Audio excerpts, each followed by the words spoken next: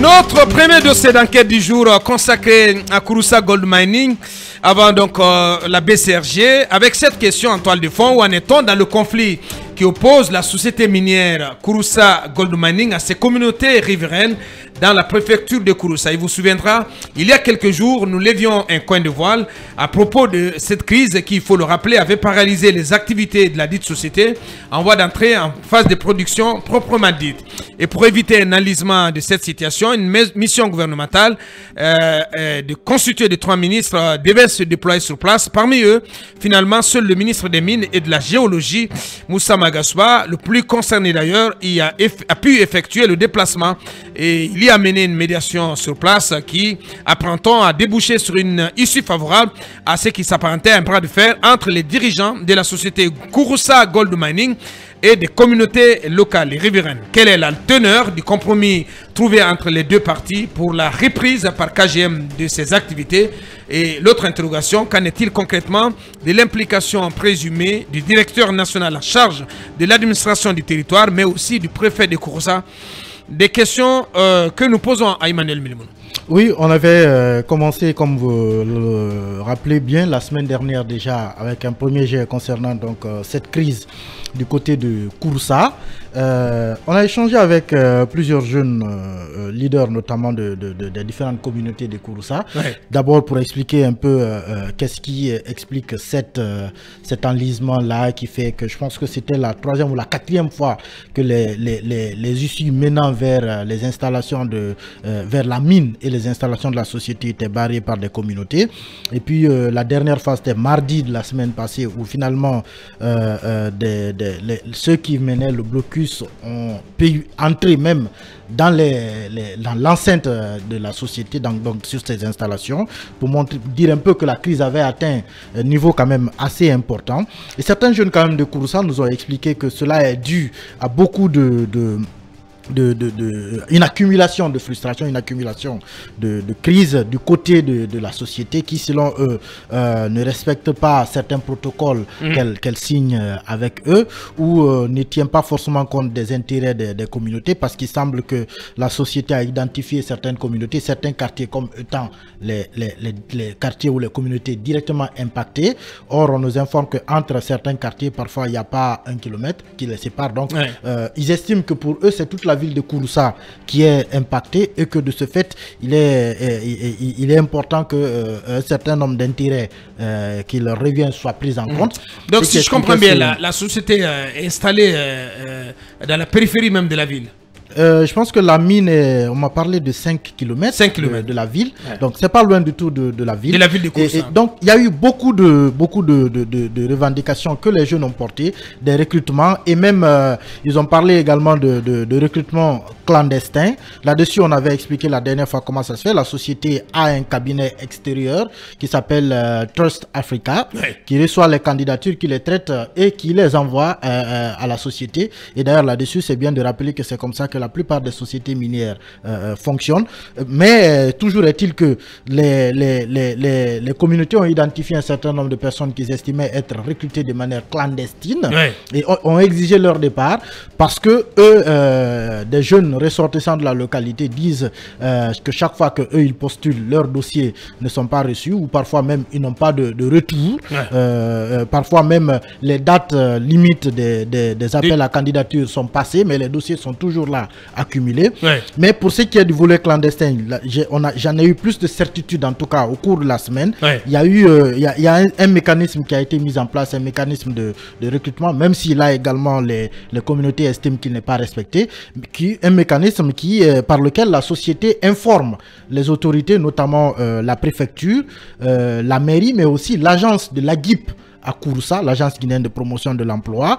Chaque fois qu'il y a des appels à candidature, ils leur rapportent donc les copies de ces appels à candidature, à eux maintenant d'informer la communauté pour leur dire qu'il y a ces recrutements. Mais quand les personnes avec lesquelles j'ai échangé disent qu'ils ne sont pas au courant de cela, et là je me suis, en tout cas moi j'ai vu les accusés de réception de ces 3 services, de la préfecture, de la mairie et de la GIP, qui chaque fois reçoivent près d'une centaine d'appels à candidature que j'ai pu, dont j'ai les copies des accusés de réception, et j'ai compris que les jeunes n'étaient pas forcément informés sur ce côté. Donc le niveau que la crise avait atteint la dernière fois a nécessité donc la présence sur place. On avait annoncé d'ailleurs 3 ministres, mais finalement c'est le ministre des Mines qui est venu sur place. Le plus concerné d'ailleurs. Voilà, pour trouver donc une issue à cette crise. Et un certain nombre de décisions ont été prises. C'est que la première des choses, c'est que le ministre a demandé à la société, pour ce qui est notamment du poste de directeur adjoint des ressources humaines, parce que le poste de directeur des ressources humaines était un poste très litigieux,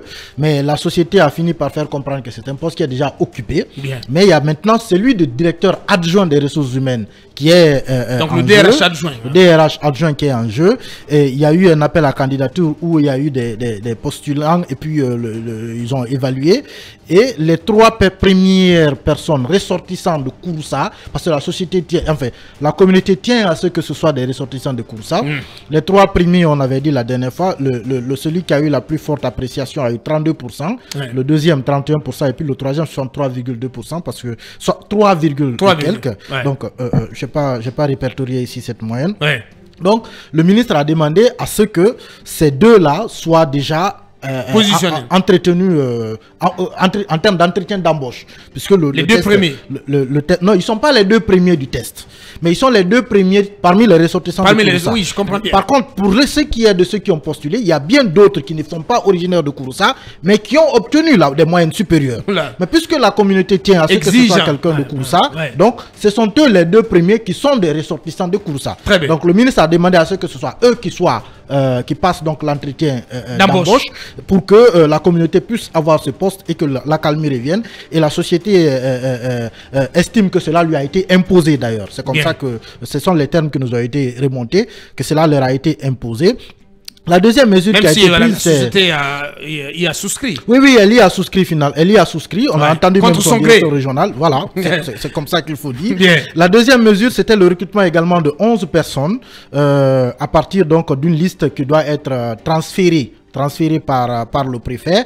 Là-dessus, on a échangé avec le préfet de Kouroussa qui a estimé que les 11 personnes en question ne sont pas forcément en lien avec d'autres postes, mais que la communauté, comme je l'ai dit tantôt, avait identifié un certain nombre de postes qu'ils ont estimé être des postes à recrutement clandestin et ont donc exigé que ces postes leur reviennent puisqu'ils pensent que la société a recruté sans les informer. Et donc, ce sont ces postes également qui ont fait l'objet des litiges. Et le compromis qui a été trouvé, c'est que la société aurait accepté que finalement les communautés héritent de ces postes-là et qu'au finish, donc, une liste devait être remontée. Selon le préfet, donc, ce n'est pas lui d'ailleurs qui a établi la liste, c'est lui qui la transmet, mais ce n'est pas lui qui l'a établie. La liste viendra des différents quartiers, des différentes communautés qui vont faire des propositions. Et parmi ces propositions, évidemment, il dit qu'il va proposer une liste de 33 personnes afin que la société puisse avoir une large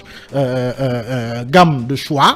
Donc, sur les 33, donc, la société prendra les 11 personnes qui seront concernées donc, par rapport à ces postes. Également, si ce point est acquis, là-bas également, on peut dire que c'est un autre niveau qui est dépassé. Mais l'information principale, c'est que depuis dimanche, déjà, le blocus est levé.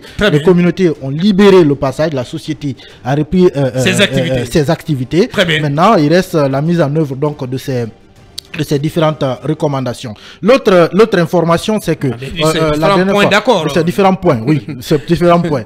L'autre information, c'est par rapport au directeur national de l'administration du territoire dont on avait parlé et du préfet la semaine dernière, mais aussi du préfet. On a échangé avec eux. La première chose, c'est que le directeur national de l'administration du territoire nous a formellement garanti qu'il n'avait aucune participation dans ce conflit, que son fils y a postulé. C'est vrai, son fils a postulé, mais en tant que Guinéen, son père n'est aucunement intervenu donc pour cela. Il y a postulé de son propre gré. C'est quelqu'un qui occupe déjà un poste de DRH, évidemment, qui travaille déjà ailleurs. Qui travaille déjà ailleurs. Donc, il y a postulé de son propre gré et nous avons échangé avec la DIC. Formellement, il nous a rassuré, il a d'ailleurs démenti cela. Bien sûr, il n'est pas du tout. Personnellement, j'ai parlé avec lui. Voilà. Mohamed Lamine Doumbouya, il s'appelle, qui a été préfet à Boké, préfet à Mandiana. Justement. Et voilà. sur qui il n'y a pas de doute, en tout cas en ce qui concerne sa moralité. Hein. Justement. Je le connais personnellement, il est formel. Il est formel, il n'a pas participé, il n'y est pour rien. Il n'y est pour rien. Ouais. Et on est remonté également jusqu'au niveau du préfet. Le préfet également la même chose. D'abord, il nous a dit que lui, il ne savait pas que le nommé Doumbouya, donc le jeune en question, était le fils du directeur national de l'administration du territoire, qu'il n'était pas informé de cela. Donc, ce qui implicitement explique le fait que oui, il n'a pas reçu d'ordre du directeur national de l'administration du territoire. Donc, lui, qu'il n'y a pas du tout, ce volet n'est pas concerné. Et également, du côté de Kouroussa, on a eu les mêmes confirmations également de certains jeunes de Kouroussa, des jeunes leaders qui sont impliqués évidemment dans cette crise, qui nous a aussi informé que le directeur national de l'administration du territoire n'est pas impliqué dans cette crise. Le préfet... L'année de même pour le préfet, il n'est pas aussi... il n'est pas impliqué le préfet, dans le mauvais sens. Non, attention, le préfet intervient, le préfet dit que... Non, j'ai dit, il n'est pas impliqué dans le mauvais sens. Il n'a pas de part de responsabilité dans ce qui est arrivé, dans la crise qui il y a quand même un certain nombre et les communautés. Il y a quand même un certain nombre de points sur lesquels lui et moi on n'a pas pu s'entendre. Je sais qu'il nous écoute en ce moment. Parce que moi je l'ai quand même demandé comment vous êtes préfet de Kouroussa, et puis il y a une société minière qui est quand même légalement installée, qui a sa convention, qui est censée pouvoir travailler normalement, mais les voies sont barrées. Vous ne faites rien pour les dégager, pour permettre à la société de travailler, parce qu'elle vient de Conakry avec tous ces documents légaux, mais en tant que préfet, vous ne faites rien. Il dit qu'il ne veut pas qu'il y ait de violence, il veut une solution pacifique de la crise, ce qui fait qu'il ne bouscule rien du tout, mais il estime que lui aussi son implication est dans le sens du dénouement. C'est vrai que Manu, c'est vrai qu'il n'est pas facile d'être préfet de Kouroussa ou de Sigri. Non, c'est compliqué. Ce sont des localités sous très haute tension, parce que vous savez, il y a aussi quand même, il y a un détail assez important, c'est que quand des sociétés minières arrivent dans des zones, on peut bien comprendre ces crises, parce que en même temps, elles vont avoir des périmètres qui sont parfois des périmètres à vocation agricole, à vocation agro-pastorale, parfois à vocation d'exploitation artisanale. Tout à fait. Quand ils s'installent, ça veut dire que les populations reculent. Et quand ces populations n'ont pas forcément satisfaction du modèle de compensation qui vient derrière, évidemment, on peut bien comprendre que des crises de ce genre existent. Mais le plus important aujourd'hui est de dire que la société a repris ses activités et que le calme est revenu dans la localité. Tout est bien qui finit bien, cabinet. C'est bien qui finit bien, nous sommes heureux de le dire, parce que le ministre même est arrivé sur place. Et il a pu arracher ce compromis. Il a pu arracher ce compromis, c'est tout bénef. Et c'est d'ailleurs lui qui est le premier concerné, la première autorité du secteur. C'est bien de rassurer les populations, mais aussi de mettre en assurance les investisseurs qui mettent beaucoup d'argent. Tout à fait. Je crois qu'il faut multiplier les sensibilisations dans ces zones minières-là pour interpeller les populations. Vous voyez, moi, il y a quelques années, je suis allé à Manjana. J'étais surpris de voir que des enfants et de laisser les cours pour aller dans les mines. Et après 10 ans, on a envie que ce soit des autochtones que l'on emploie dans les sociétés minières qui viennent s'y installer. Sauf que il faut bien avoir les qualifications requises. La qualification, et encore, vous voyez, tout prouve que ces exploitations minières demandent des aptitudes extrêmement importantes. Et puis, on n'emploie pas assez parce que ce sont des travaux à haute intensité. Et les gens qui sont seulement dans le cadre de...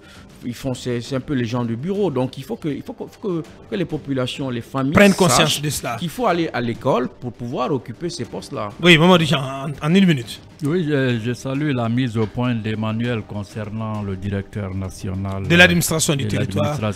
Concernant aussi le préfet. Le préfet, M. Doumbouya, on était voisins à Kipé. C'est un monsieur quand même...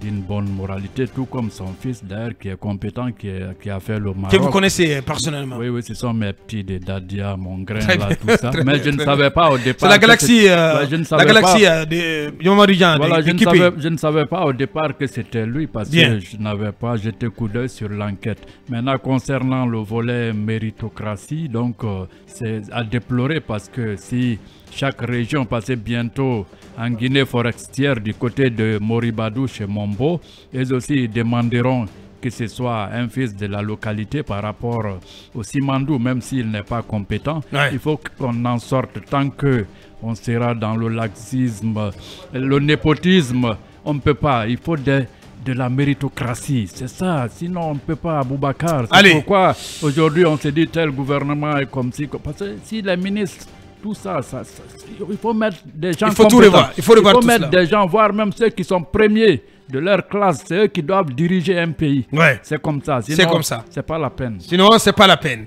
Allez. Oui. Notre mot. Par rapport au compromis de Kouroussa, moi je suis très déçu en tant que républicain. Et pourquoi? Oui, très déçu, puisque quand vous allez à Bokeh, il y a plus d'une vingtaine de sociétés. Si les fils de Bokeh aujourd'hui exigent à ce que tous les DRH soient ceux de Bokeh, on est des Guinéens quand même. Mais on est en train de forcer la main aux entreprises pour imposer des fils locaux qui ne méritent pas d'être DRH. Manu l'a dit, ce poste de DRH qui doit revenir à un fils de Kouroussa, ça a été arraché, il y a un accord qui a été arraché, c'est très grave, qui a été imposé à la société. C'est très grave, c'est régionaliste Abakar. Allez à Bokeh, allez à Bofa. On parle pour que ne venez pas enflammer la situation, s'il vous plaît. Allez, laissez notre point de vue là-dessus.